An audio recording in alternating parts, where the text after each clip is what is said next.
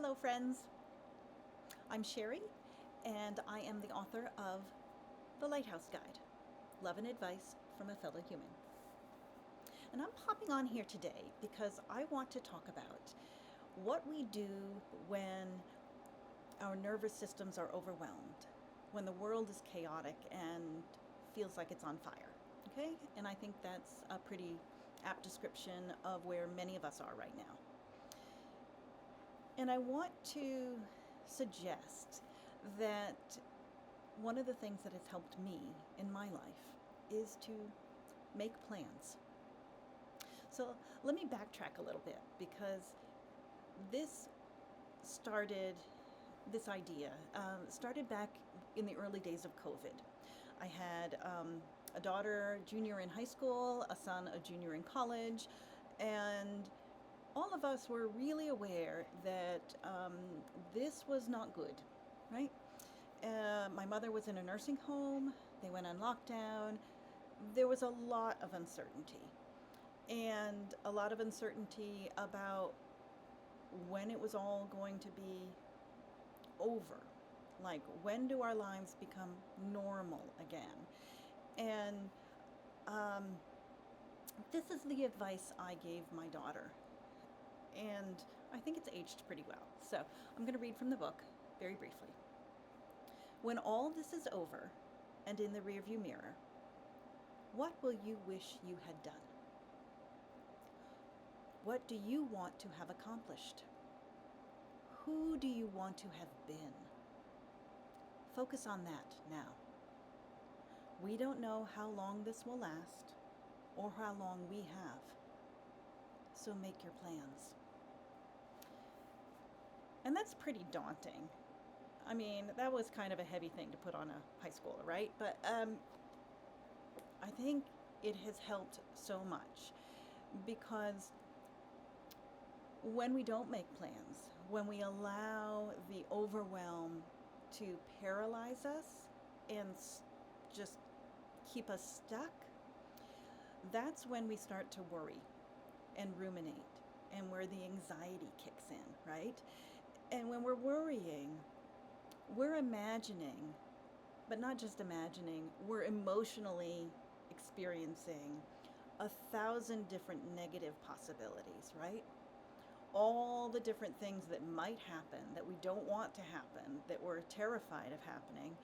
Um, we're forcing our nervous system to experience each and every one of those. And that's a pretty crappy way to live. I'm just going to say. and But the opposite is also true. If we imagine and make plans for things that we can look forward to, we're already experiencing the joy, the calm, the safety, whatever it is, the productivity, the confidence building aspects of whatever that activity is. We're already experiencing that as we make our plans to do it. Okay? So I don't want this to be an overwhelming thing because it can be as simple as making plans to get together with a friend. Okay? When we make plans to get together, we are making all the little decisions about what that's going to look like. What are we going to do together? Where are we going to go? If they're coming to our house, are we going to feed them? What do we feed them? What can we plan to have around to delight them that we know they'll enjoy? Oh, they like flowers? We'll make sure to get some. They like this particular game? We'll have that out so that they know that we can do that together.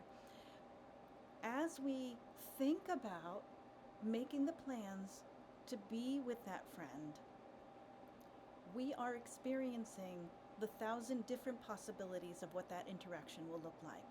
And all of them are good because it's something we want. It's with someone we want to spend time with, right?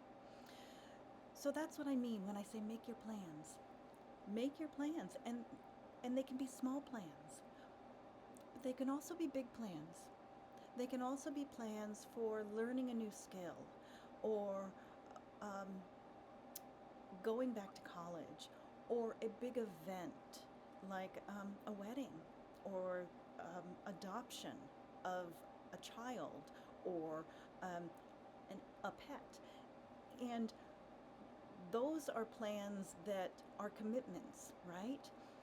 And that feels scary when the world is very uncertain. But I'm here to tell you, keep doing those scary things, because the reality is the world has already always had terrible things happening to people around the globe at any given time. And you've still had joyful things happening in your life. And I've been through pretty terrible things. And I would never want someone else out there to mitigate their joy or stop making plans for something happy in solidarity with my sadness, right? That makes no sense. So when we are living in times like these, where it's so uncertain, I encourage you to think about the small plans you can make that will keep you moving forward. As Winston Churchill famously said, when going through hell, keep going. Don't get stuck in the negative. I mean, yes, obviously, if that's where you are right now, that's where you are. And hopefully you have community, family, friends who will help usher you along and give you some light in your life and invite you to join with them until you can start making plans of your own. But if that's not your reality right now, if you're just sitting in a place of looking out at the world, looking at the headlines and saying, I don't know what to do next, start small. Look around your space and say, what could I do to make this space that I spend so much time in feel cozier, brighter,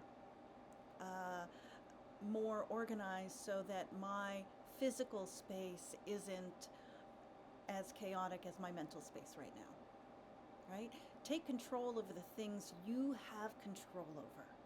And that's another aspect that making plans affords us, that it gives us control over something in our lives. If you are only in the space of planning a knitting or crochet or needlework project and that's all you can accomplish in these times, you're being productive. You're creating something. That's all positive. Lean into that. Your plan right now is to get through today, to do a little something, to not give in to the chaos, to not give in to the worry and the ruminating, to allow yourself to feel joy or happiness or silly something. Allow yourself. It's okay. I'm going to tell a little story and then I'm going to finish up. Back this summer, we lost one of our elderly dogs. We have two.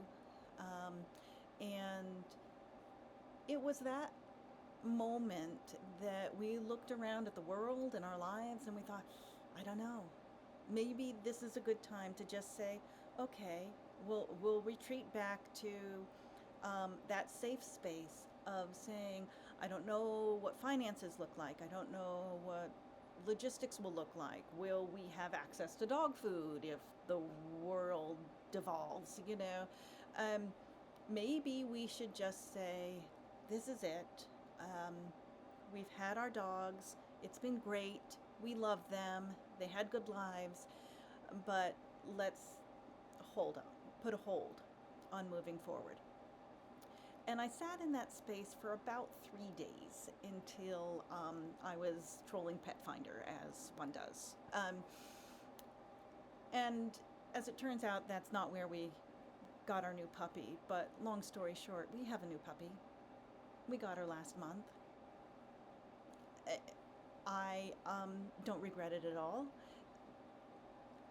because I'm planning for a life where I can care for her. And I'm planning for a life where I am healthy enough to be here for her. And I am planning for a life that affords us the home that we have um, for as long as we need it. I'm planning for that because the alternative isn't a space I want to inhabit today. And I don't have to. And neither do you. Get your own puppy, whatever that looks like. Write your book. Take up the craft or the project that you've put on hold. Don't put your life on hold. Make the plans. And in case no one has told you this today, I'm glad you were born. Till next time.